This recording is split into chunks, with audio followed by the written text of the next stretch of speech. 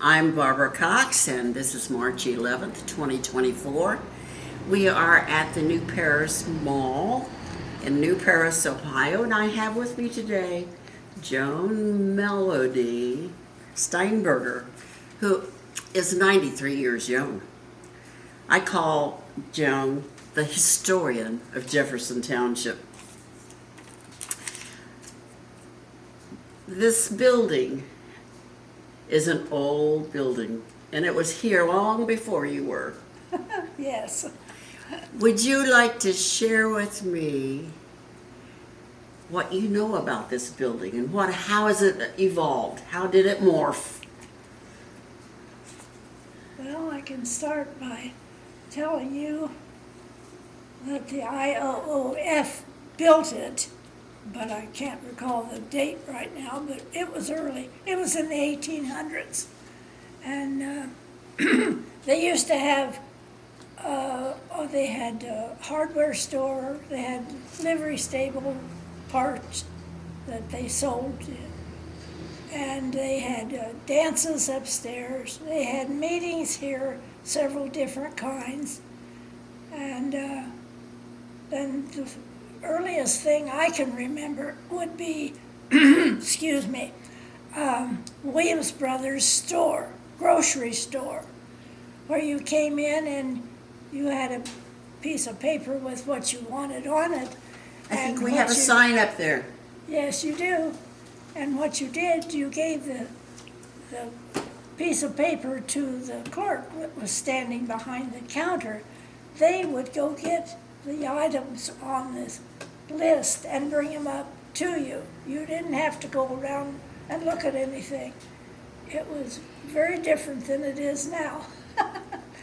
But I knew the people, I knew the family, I knew everybody that worked here, and they had everything. They had, besides meat and groceries, they had footwear, tennis shoes, and things like that. So it was a pretty well-rounded place to go to get what you needed. And after that, let's see, I think it stood vacant for a while. Then Bill Aker and his wife opened a furniture store here. And I remember that. It was here for several years. And then after it was out, well, it just stood vacant for a while. You have been on the board of the Preble County Historic Society. You have put many, many volunteer hours in down there. You've helped co-author a couple of books, the Centennial book and the One Room Schoolhouse book. What are some of the highlights of your times down there? I think the candle dipping for the children was really fun. Well, at the Historical Society, I think really the most important thing was learning the people of Preble County that I had never been around before. And I got to know a lot of people that I wouldn't have gotten if I hadn't gotten out of New Paris for a few minutes. But Barbara I've known for a long time. I worked on the books with her. And let's see. As far as writings, in 1967, during this sesquicentennial of New Paris, Barbara Brower, who was Anna Lola Harshman, and I wrote a New Paris Heritage newspaper, and we sold it for $1 a piece to help benefit the expenses of the sesquicentennial in New Paris. It was a really fun project. We got it all together, and Vic Josie of Richmond that had the graphic press, he put it all together for us and printed it, and we did very well with the sales of it, and it helped benefit offset the the price of the Centennial. That was a lot of fun.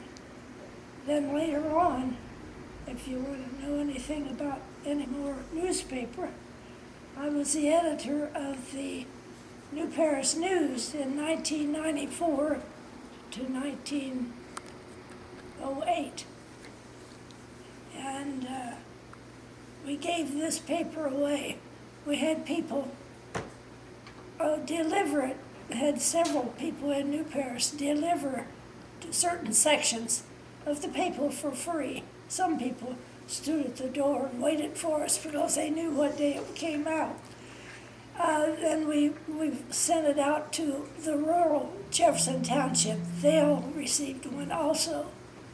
So, and it was very well received. Who financed that? We financed it ourselves. All right. At first, we didn't have enough money. The first 6 months we had problems, so we borrowed from the Chamber of Commerce, and we paid it back quicker than we ever dreamed we would, because we had advertisers and we also had boosters. People could put their name in the newspaper in the booster list for, it was $10 or $20, I don't remember, for a year. And we had a big drawing from that. So I used to get it. yeah. I'm glad. Did you like it? Yes, I did. That's I look the main forward thing. to it. That's the main thing. Yes. I have a copy of all the editions at my house in my file cabinet.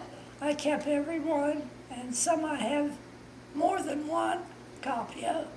I didn't want it to go downhill for nothing. Right.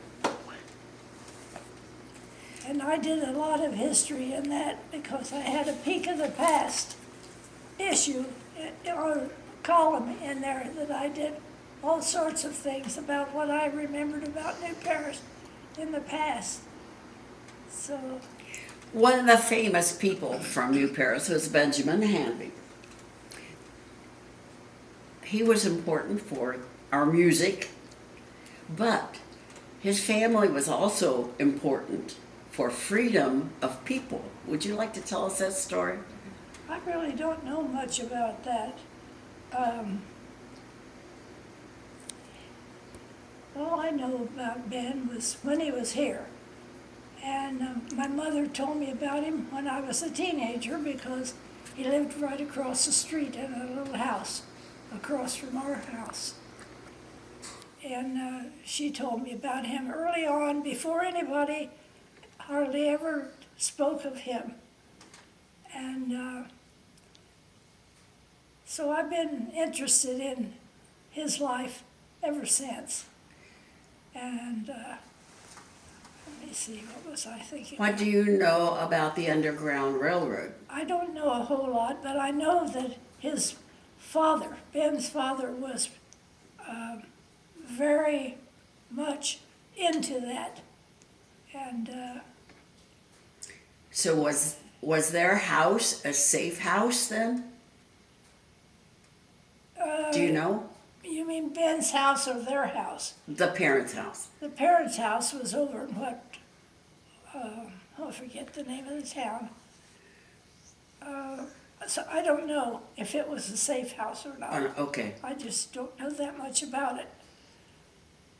But No.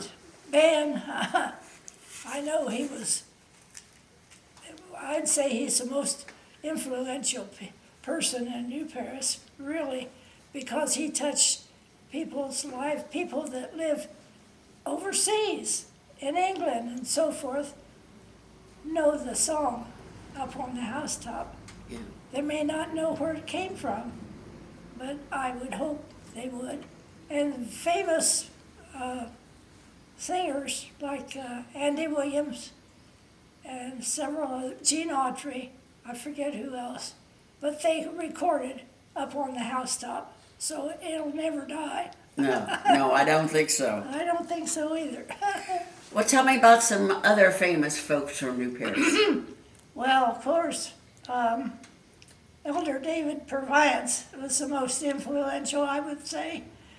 The this was a long time ago, but he was very influential. He became a representative of Ohio, and later he became a senator. He was influential in getting the acreage for Miami University in Oxford. He established the first church here. He was out on New Parish Pike, we call it. He was out there at the Beulah Church and started that. And then he came to New Paris. And he had a church, the Presbyterian Church, down on High Street before they built the one on Spring Street at the corner of Main and Spring. And it is now defunct, but Yeah. sadly Yes. so. Beautiful building. See, you asked me about Inventors. inventors. One of them was my great uncle, and he was Louis Ashman. He invented a heater for the mail wagons that they had used at that time for the rural mail carriers. So he was the one that did that. And then there was Bob, they called him Bobby Wilcox, and he invented, he was a dentist, and he invented an instrument to take the gold out of people's teeth. He also invented, the sundials. He made those, he crafted those. There was another, the Wilcox Wiggler, which was a fishing lure, which at one time sold for over $2,000 just within the last 10 years. Wow. So, and I think it went way up after that. So, those were the inventors that I was aware of. And there was I'd like to tell you about an artist that worked for her living here. Her name was Ruth Prettyman, and she was from the famous family of the Millers, which were well educated around New Paris. But Ruth fashioned card-playing cards, the backs of them. She fashioned those and sold them to a firm in Cincinnati, Ohio. One Saturday afternoon, which she was a very private person, she let me in her house, and she was working on one of these backs of cards. And I had to be very quiet and very still. But I felt so gracious that she would let me in there and let her do what she always did for a living. And that's been very precious to me. I have one of her oil paintings in my house that my mother and father purchased for me for Christmas one year, and I still have it. Wonderful. Wonderful. We talked a little bit about disasters. Tell me about some of the disasters of our area. Well, one of the biggest one was the propane explosion at New Paris Oil, and that was in 1982. And one of the workers was hurt in that and had to be taken to the hospital, but he recovered. Then another disaster was the big fire down at Tudor's, where Michael's garage was, and Bob Tudor had it at that time, and the place caught fire on a December evening. It was a night actually. It was very windy and cold, and it burned all of that place, plus the house apartment building they had beside it that was right next to the post office, which was the Masonic Hall, and it destroyed part of the windows and things at the Masonic Hall. Which would be right down the street. Yeah, down here on Cherry and Washington Street, Yeah. on the corner. Right. They rebuilt and everything, but it was quite an event because it blew ashes and stuff up the street, which they had to hose down some of the houses to keep it from catching on fire. Yes. All right. Now, you mentioned about storms in the area. Yes. That would be a good topic. Tell me about some of the storms. Well, of course, we've had several blizzards, some fairly recent, but not within the last 5 years. We haven't had hardly any snow or anything. But we did have, we had a flash flood, and we had a snowstorm in January of several inches, 10, I think, about 10 inches. And then we had this rainstorm come at the end of January, which is about the 23rd or 4th.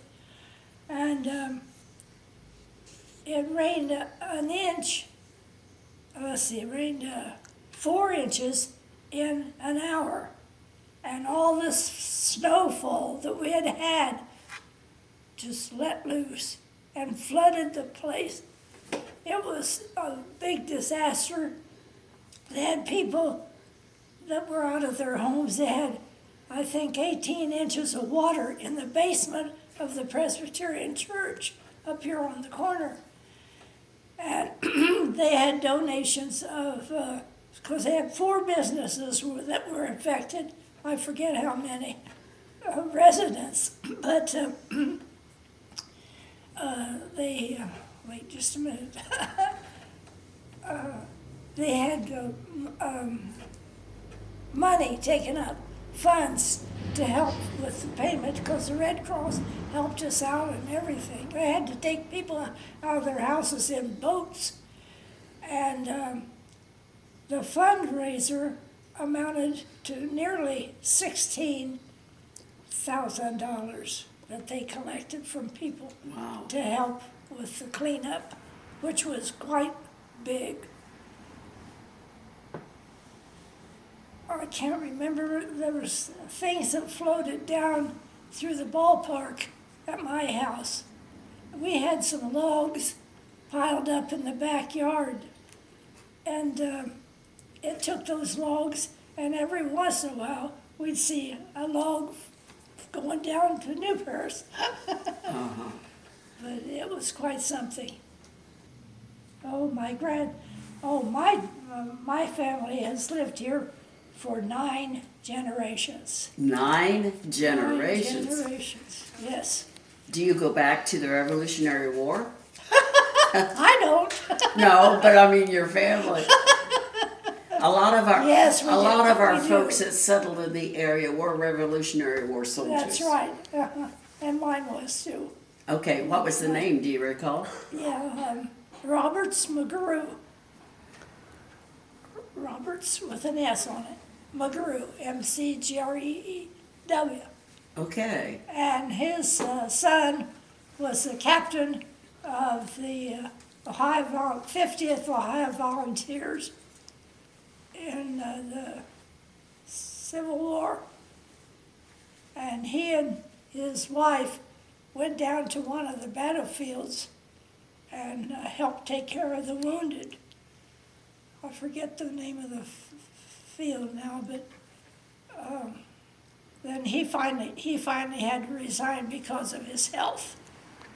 Now, where is that Revolutionary War soldier buried? Do you know? Up at the old cemetery behind my house. Okay. Tell me about Cedar Springs. Oh, I'd love to tell you about Cedar Springs. That was, they built this hotel because they had 5 medicinal springs that were great for people's health. They built this 3-story, 100-room hotel, and all the grounds, they had everything. They had horseback racing. They had gun shooting matches. They had about everything you could think of back in the 20s. This is a long time ago.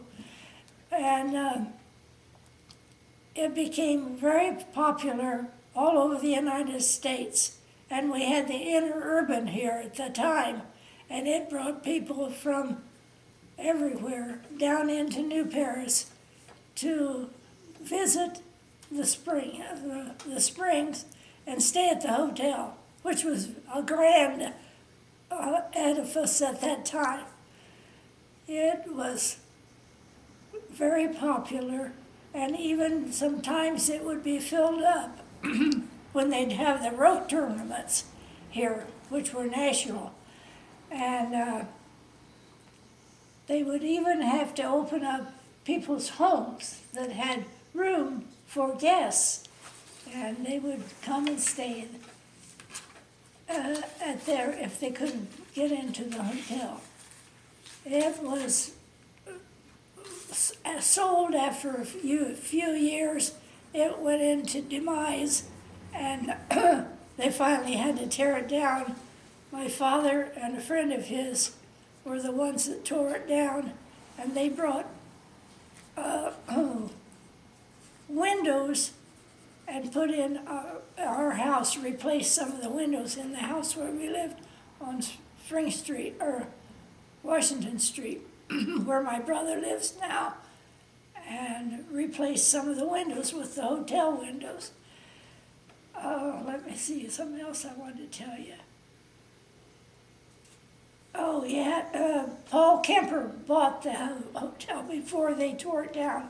And then when they tore it down, he had a big picnic out there. He had a furniture place in Union City, and all of his employees were invited to, and our family was invited with kids. It was something out of the movies.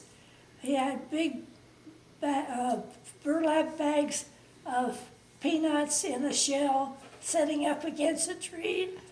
They had a big bunch of bananas that was, well, to me it looked like gigantic.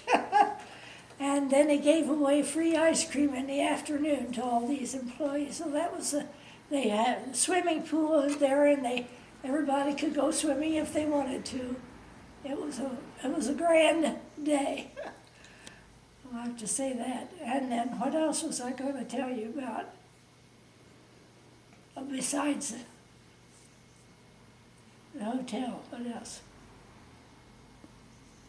What else did we talk Well, about? I'm going to ask you about, at one time, the railroad came through New Paris, which it no Yes. longer does. Oh, Were there 2 lines that came through New Paris at one time? There were 2 lines, I think. yeah, they were, because they divided right up at my house. Right, right. Yeah. So why were those dispersed?